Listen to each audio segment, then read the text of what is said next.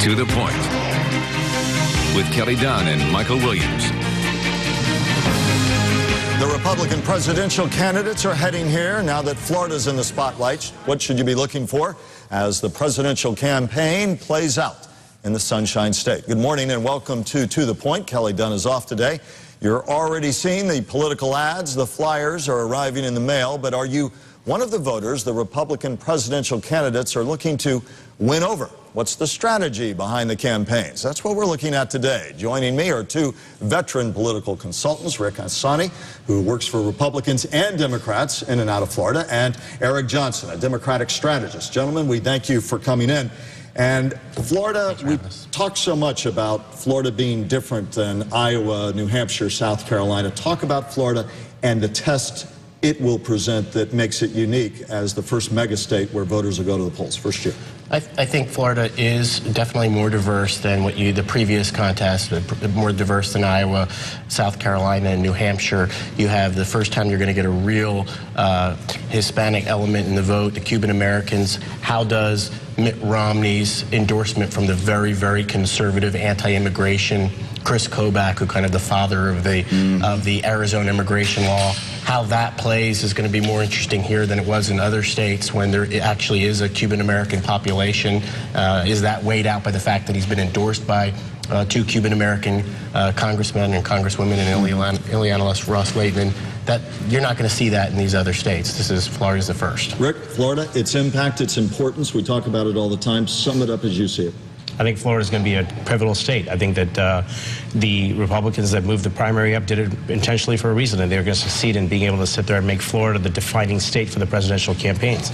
I think they're going to have to be able to win and define themselves in this state to be able to sit there and have any momentum of success going out of here. Is it the stamp that Florida puts on any candidate that, hey, I could come in and win a state that is diverse, even though we're looking at a closed primary, GOP voters only? Is it the sense that you can win in that mega state, that you've got the ground game, that you've got the money, that you can run the political ad war, that you can attract that diversity? Is that all what makes it a state that helps create those perceptions going forward to Super Tuesday, March 6th? I think up until now, it's been about survival and about building momentum. But I think at this point, when you come into Florida, you've got to begin to build your ground.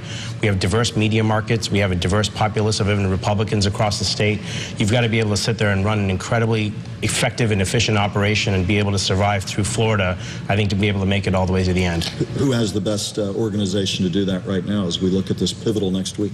I think Mitt Romney has a very good organization. I mean, I'm a Democratic strategist, but from seeing it from 30,000 feet, Mitt Romney seems to have a better organization. But I actually disagree a little bit with what we're just mentioning. I don't think how a Republican primary. We like agreeable disagreement here, by the way. I don't think the way a Republican primary plays out in Florida that tells very much about what would happen in November at all. I think it's a closed primary state, so you're having the most conservative of the conservative voters who are going to participate in this. We've seen what Republican voters in Florida do to moderate candidates, as they did to Charlie Crist. You know, when it was heresy to take any kind of a moderate position. So I think what you really are battling for an evangelical vote, a very, very conservative vote, and so I don't think what happens in a Republican primary is at all telling of what independent voters are going to think of things down the road in November. I agree with you. We're not talking about the contest between who comes out of the Republican primary and who's going to take on President Obama. We're talking about the fact that right now the Republicans are fighting amongst each other, and coming into Florida, what does this mean? Momentum's picking up. You basically come out of South Carolina, and then all of a sudden you've got an election here in Florida that happens within a 10-day period. 4 days after that, you've got to fight for two other states, including a pretty significant state in Nevada. Then you get into a handful of other elections leading into Super Tuesday, and from Florida to Super Tuesday, you're talking about 5 weeks. You've got to be organized. You've got to be able to run campaigns in multiple states. You've got to be able to sit there and win. And the one thing about Florida that's unique here is that Florida is January 31st. Then you get into Texas, which is the other large state in Super Tuesday on March the 6th. And you've got California and Texas and some of these other states, that are, and New York rather, that aren't going to be happening until much later. I think that if you have a close election in Florida, you might have an election kind of where you change some of your tactics and strategies going out of here and what you've got to do. But I think if you win Florida and you do very well here, that candidate becomes the nominee that many other states are going to look towards. And I think that defining point is not necessarily who's going to win November, but who's going to win through this primary and be on the ballot in November. I think Florida can make that decision. We'll talk about November in just go ahead, your thought. If you're looking for tea leaves out of the, and he's correct, if the race isn't over by the time you get there to some of those other states, if you're looking for tea leaves in November, I would say in the primary is what is the Republican enthusiasm and turnout in this Republican primary. There's a lot of talk about how Republicans are very motivated to beat Obama this year, and yet their turnout in Iowa and New Hampshire was negligibly higher. What's it going to be like in Florida compared to 4 years ago? And an enthusiasm gap for the front runner, at least to date, Mitt Romney. A lot of talk about that, and yet there are others who say, yeah, they'll sit on the sidelines, but once there's a nominee, you'll see that enthusiasm build. Talk about Florida's strengths and weaknesses. I mean, generally speaking, the Donnybrook for the moment, sometimes it changes moment by moment, but Mitt Romney, a suddenly reascendant Newt Gingrich. Rick Santorum's been in play, of course. Rick Perry, the governor of Texas, dropped out late last week. Talk about strengths and weaknesses for first Mr. Romney, then Mr. Gingrich, strengths and weaknesses as they move into Florida. Well, Romney's, I think, benefiting from the fact that he's been at this before. He understands how to go through the process of the long haul.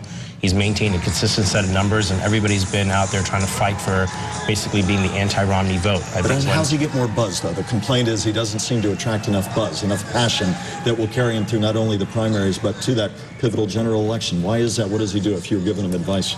I think that basically you say, look, you've got to be able to sit there, and up until now, he's been fighting amongst a group of different voters. As he starts to change the direction of going out there and winning more of these primaries, I think people are going to pay more attention to him. They're going to start to look at the message that what he's conveying, and I think that he's always been the moderate, which is one of the issues that when you've got evangelical and far-right voters, they're saying he's not conservative enough. But at the end of the day, people are going to say, who's the candidate that is in a position where he's been consistent with his message, whether you agree or disagree with it, he's been consistent, and somebody who basically people are starting to believe can win against Obama. I mean, the numbers are increasing in the gaps. In South Carolina, his numbers after Perry dropped out were shrunk a little bit because of the fact that some of those Perry voters were more leaning towards Newt Gingrich or Rick Santorum.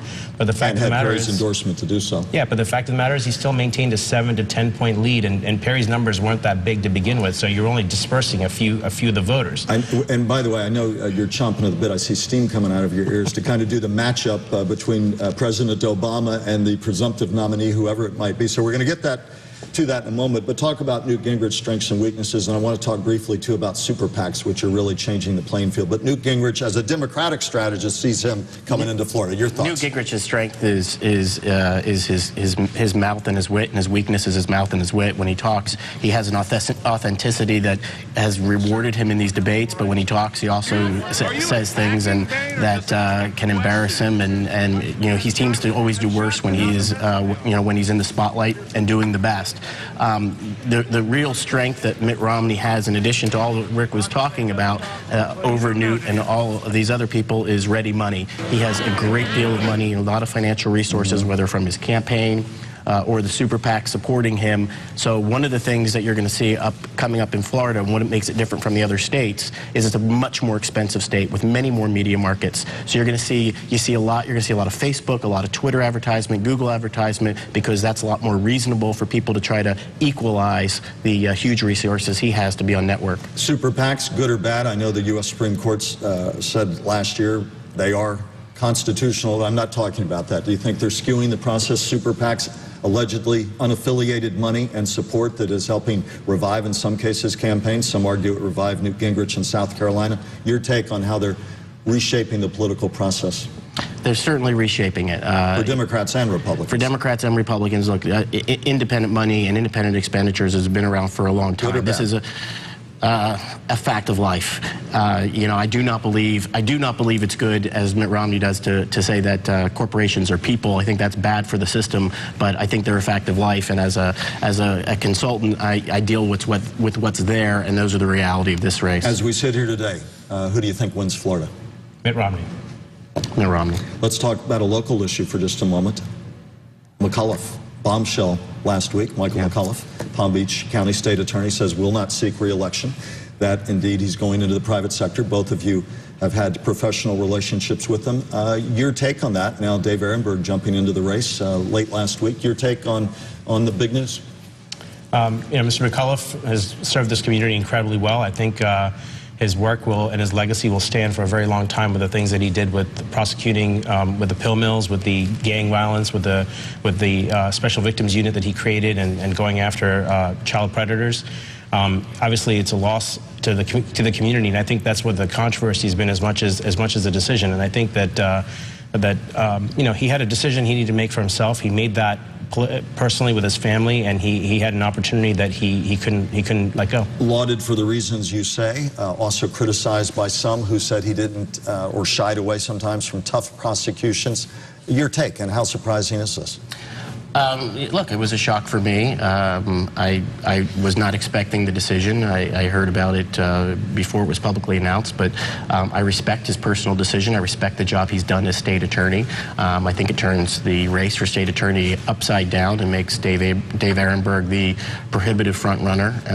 I think Dave is well ahead of anybody who might look at it at this point. I promise you, as the Democratic strategist, I give you 15, 20 seconds, no more. Shape this race up in November. Pivotal state Florida will be for the president, who new reports suggest can have a big fight on his hands with the independent vote, and that's going to be a real battleground, as it always is. Your thoughts as we move to November for the president in Florida? I think we're seeing the job market get better. We're seeing unemployment go down. We're just seeing the president ramp up his campaign. I think it's going to be very close in Florida, and I think he's going to win. Gentlemen, we thank you both for coming in and sharing your political expertise with our guests. It will be a very interesting week in Florida. We'll be touching base. Thank you very much. Coming up, our roundtable takes on a moment in the presidential debate. Could it set the tone for the entire campaign when we come back? Now for our roundtable with News Channel 5 political analyst and coordinator of the American Studies program at Lynn University, Dr. Robert Watson, and Brian Crowley, longtime political reporter in the state of Florida. He knows where everybody's been and where they're going to, and also the author of the Crowley Report. We appreciate it very much. CrowleyPoliticalReport.com, by the way, in our web world. Gentlemen, memorable moments in the last week. South Carolina, the debate here in part is what Newt Gingrich had to say that elicited a huge reaction from that crowd. Listen in. The fact is that more people have been put on food stamps by Barack Obama than any president in American history. Now, I know among the politically correct, you're not supposed to use facts that are uncomfortable. Gingrich taking on questions about that, and you heard the applause there. How much does that kind of talk help or hurt him? He went on to talk about the necessity to find jobs, talking about the fact when pressed by a commentator on young people getting jobs as janitors, saying, hey, my daughter did that, it's about time, we need to reinstill a work ethic. There was a lot of play, a lot of applause there. Your take? Well, we're talking about it today, so it was effective. We have to remember this is a Republican primary. He's appealing to the Republican base, and what he's doing is throwing them a lot of red meat. This is stuff that gets the audience pumped up. Newt Gingrich has been getting the biggest applause of the candidates, and I think one of the things that's going to help him even more, now that Rick Perry has dropped out, before when you had 8 people running, everybody had just maybe 2 questions they could answer. With half the size, half the field of half the size now, Newt gets twice as much time to talk, that's twice as much time to score knockouts on Mitt Romney. Brian, what's the danger with that kind of take, those kind of statements? Well, I think that there's always a danger in getting a little too extreme. I mean, everybody while the crowd was applauding what he said, I'd venture to say there was probably a sizable number of people in that crowd that are also very grateful that they haven't yet been thrown into the position where they need food stamps. I mean, when you look at this economy that we've had since 2007, a lot of people are still struggling and have been out of work for a number of years. Are there people who scam the system? Are there people who abuse food stamps and unemployment? Well, sure, there are. Maybe it's 10, maybe it's 15, maybe it's 20%, but are we going to punish the other 75 or 80% of the folks who really need this kind of help? Can he be accused, as Republicans have accused the president, of playing class warfare?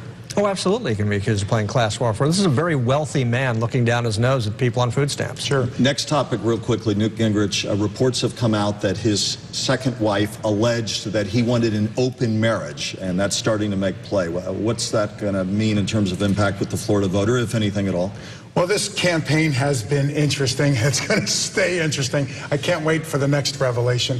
In a way, this is an old story. It's something that happened long ago. But because Newt Gingrich has so much baggage, there's so much there with wife number 3, and he was she's alleging that he was sleeping apparently with his current wife while he was still married to the second wife, and this happened with the second wife when he was married to the first wife. In a way, it's an old story. But when you get so much that Newt has, I can't help but to think that this is going to play a role. Here Newt is, he takes 2 steps forward as Romney's wobbling, but now he goes and takes a step or 2 backward. Talk about Romney in Florida, the tax issue, paying a 15% rate on capital gains investment money he'd made. How much traction will that continue to get? What will it mean to his chances in Florida as we move forward out of South Carolina and look at the pivotal week ahead in the Sunshine State? You know, there have been some Republican political analysts who have suggested that that 15% statement was maybe Romney's worst misstep in this election campaign so far.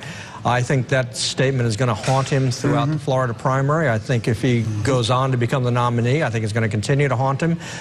Even his statement that he makes a little bit of money in speaking fees, that little bit of money, that little bit of money would feed a lot of families of 4. How do you make? And it shows that, you know, it reminded me, I'm sorry, but it reminded me a little bit of when the George Bush the first was asked about the price of a gallon of milk. Right, didn't know it. It's a disconnect with people where people start to think you're out of touch with their lives. Who do you like in Florida? Who wins? Gosh, so much has changed. I still think because of organizational skills, Romney. Yeah, I would go the same. All right. I'd go the same, yeah. Back in a moment. More on the big political shakeup in Palm Beach County when we return. Political surprises in a long time in our area. Palm Beach County State Attorney Michael McAuliffe announcing suddenly last week he's not running for re-election. We heard earlier, even his campaign advisors did not see it coming. Former State Senator Dave Ehrenberg already announced he's in the race. And is this the type of political job that carries any kind of job security with it? What is your take about why Michael McAuliffe suddenly says, I'm out?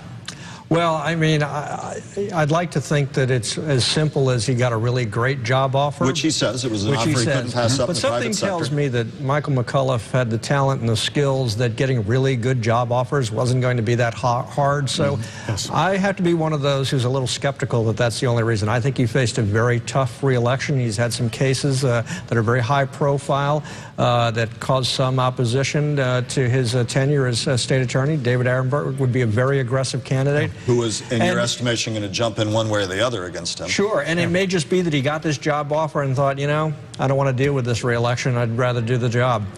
But there may be more there. Yeah, who knows? His critics are saying he saw the early polls and he didn't think he could beat Ehrenberg.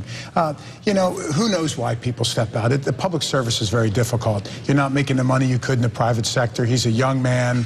The stress, he's taken a lot of hits, despite, I think, having a darn good record with pill mills, gang violence. Proactive efforts. Yeah, I think his record's really good. Criticized for perhaps not being tough enough on some prosecutions, as Brian But, you know, indicated. he did go after gangs. You know, I think overall his record is something he could run on. The biggest hit is for the Democratic Party. The Democrats have a small bench. They don't have an on-deck batter ready to go. He is I thought he was a rising star in the Democratic Party, so this is a big hit for the Democratic Party down here. Gentlemen, thanks. We'll be back with some closers and what are we calling it now? Well, we always have the Crowley closer. Everybody knows that. I just cheerlead for Brian. No. The Watson, we'll come up with that in a moment. Back in a moment with closing thoughts. Stay with us.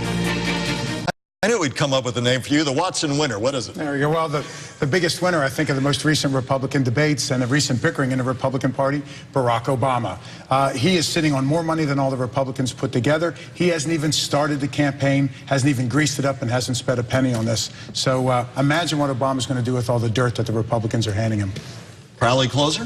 Well, I think we finally have an election result that's goofier than Florida's 2000 election result. Last week, we had Mitt Romney calling up Rick Santorum to concede Iowa, where Rick Santorum won by 34 votes. You know, it's funny, but on the other hand, it really may be a time when the Democrats and Republicans need to rethink this primary system, where a couple of weeks after your primary, you find that all that media hoopla about Romney winning was all for naught. I agree.